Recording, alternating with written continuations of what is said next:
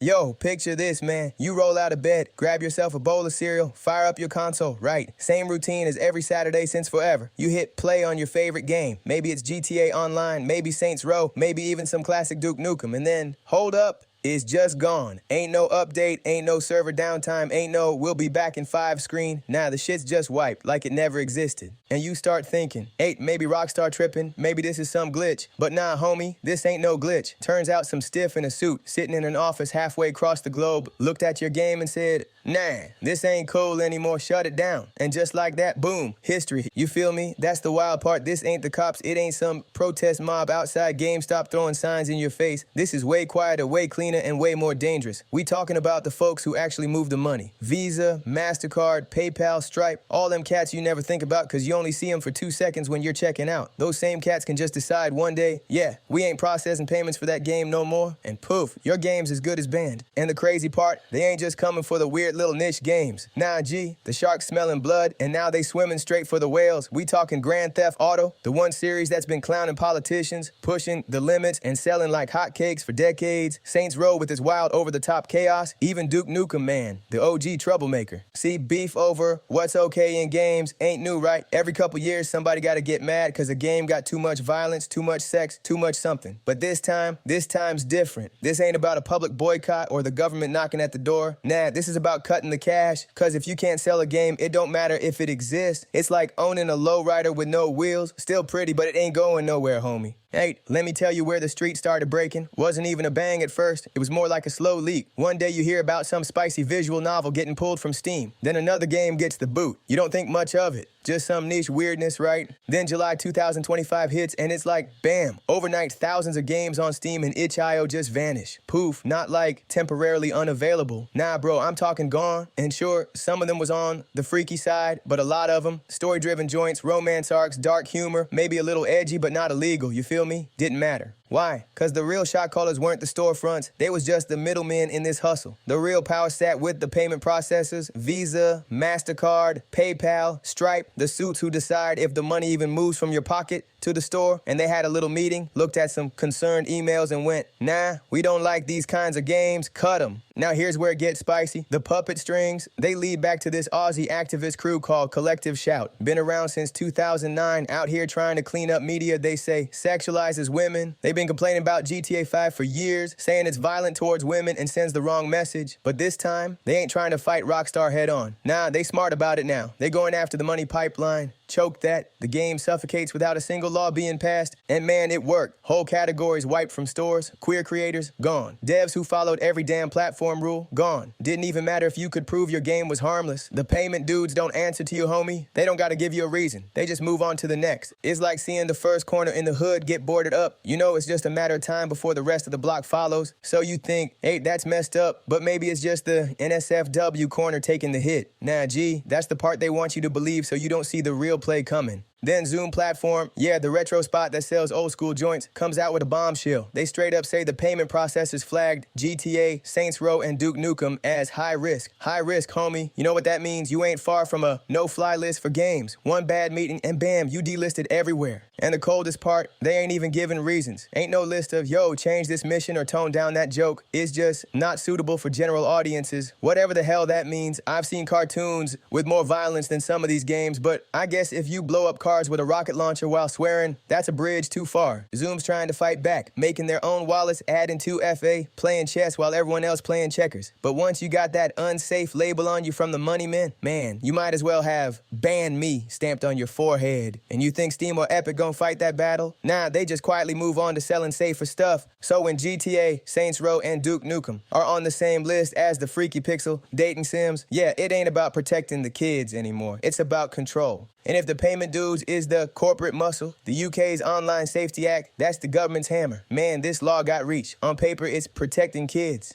In practice, it's a blanket big enough to smother half the damn internet. This law lets them block any content they think is harmful to minors. That could be violence, swearing, sexual themes, hateful speech, even hurting a fictional creature. I'm dead serious, homie. You take a swing at a dragon in a game, and if the devs make it too real, that's a problem. Now, the UK already running this play on social media and adult sites, making folks prove they over 18 just to see certain stuff, and they just slid this into GTA Online for UK players. Age checks before you can even touch some features. gamers, it starts small, maybe blocking a radio station or one cutscene. But you know how it goes, man. You give them an inch, they taking the whole damn map. And here's the kicker. Rockstar ain't gonna build one GTA 6 for the UK and another for the rest of the world. It's easier to just make one censored version for everyone. So what the UK says no to, that becomes a no for the whole planet. All because one country got itchy with the rule book. Let me keep it real with you. There's a reason they coming for GTA first. It ain't just cause the game's violent, has strippers, or drops more F-bombs than a gang war. Nah, man. It's because GTA is the boss of bosses, top of the food chain. You wanna make an example in this industry? You go after the biggest dude in the yard. GTA 5 sold almost 200 million copies, homie. You know how insane that is. That's more units than there are people in half the countries on Earth. And GTA Online, that's a straight up cash printing press. That's hundreds of millions a year off shark cards alone. If they can bend GTA to their will, that's game over for everybody else. Smaller studios, they ain't even gonna try to push boundaries. Mid-sized devs, they'll play it so safe you could hand the game to your grandma without blinking. Pretty soon, everything's just gonna be clean little sandboxes where the wildest thing you can do is plant a flower. And Rockstar, man, they in a tight spot. They got GTA 6 lined up for May 2026, and the word on the street is that budget is hitting $1.5 billion.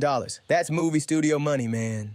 That's, we expect to take over the world money. But how you supposed to drop the biggest game of all time when the suits keep telling you to cut out the guts of what makes it GTA? What happens if the satire gets toned down, the grime scrubbed away, the chaos muted? That's like serving chicken without the seasoning. It ain't the same meal, G. You take away the wild stuff, and GTA just ain't GTA no more. Man, when this news hit, the streets, and I'm talking digital streets, went crazy. Reddit threads blowing up, Twitter feed looking like a riot, memes dropping faster than ballers ducking the cops. Folks posting side-by-side pics like GTA 2025 versus GTA 2026 censored. One with explosions and chaos, the other looking like a kiddie park. And it ain't just gamers venting. Indie divs, the cat's already struggling. They out here sounding the alarm, calling it censorship by infrastructure. That's when you don't even need a law to kill a game. No, you just starve it out. Cut the payments, no sales, no audience, no nothing. Some devs bouncing to alternative platforms using crypto, selling direct. Anything to dodge the chokehold. And industry groups like the IGDA, they writing papers, doing interviews, trying to put the heat on these companies before they get too comfortable playing morality police. Meanwhile, Take-Two, Rockstar's big boss, is sitting in the US, which means they could throw down in court with the UK over this. But here's the thing, lawsuits take years. A bad game launch, that can kill you in a week. If GTA 6 drops under a censorship cloud, that rep is gonna stick, homie, even if they win later. Yo, let's run through what's coming if they get their way. Scenario 1, sanitized streets. You boot up GTA 6 all hyped, and it's clean, too clean. Ain't no strip clubs, ain't no heists with wild shootouts. Guns, they shoot foam darts. You can't even run folks over without your car stopping. Sounds like a joke. Scenario 2, show me your ID, Gramps. You could be 45 with 3 kids and a mortgage, and you still gotta upload your driver's license just to buy a damn game. And it ain't Rockstar keeping it. It's some third-party verification company with a privacy policy written in legal mumbo-jumbo. Scenario 3, it's just VR, bros. Dev teams start writing stories where every bit of in-game violence is actually a VR simulation inside the game. That way they can say, see, nobody actually died, so it's not realistic violence. Sounds clever, but man, that kills the vibe quicker than losing your wanted stars to a cutscene. Scenario 4, self-censorship from day one. This the sneaky one. Devs stop pitching wild ideas. Writers cut edgy jokes before they hit the page. Designers play it safe cause they scared to get flagged. And pretty soon, we ain't losing just missions, like we losing the whole spirit of creating bold games. Once GTA bends, every other game follows. That's when the whole block changes, homie. So here's where we at, G. This ain't just about one game. This ain't even just about Rockstar. This about who calls the shots in gaming. And right now, it ain't the devs, it ain't the players, it's the fat cats in suits who run the payment gates, the middlemen, the ones that could give a damn how long you've been waiting for GTA 6. If Rockstar and Take-Two's push back hard, maybe we keep the streets wild. Maybe devs can still tell the stories they want to tell. But if they fold, man, you can kiss the chaos goodbye. Every big game after that gonna be PG-13, sandbox fluff, and the message to the rest of the industry, play it safe or get erased. Once the biggest player in the game bows down, everybody else gonna drop to their knees too. And when that happens, homie, the streets of gaming, they gonna be quiet. Too damn quiet.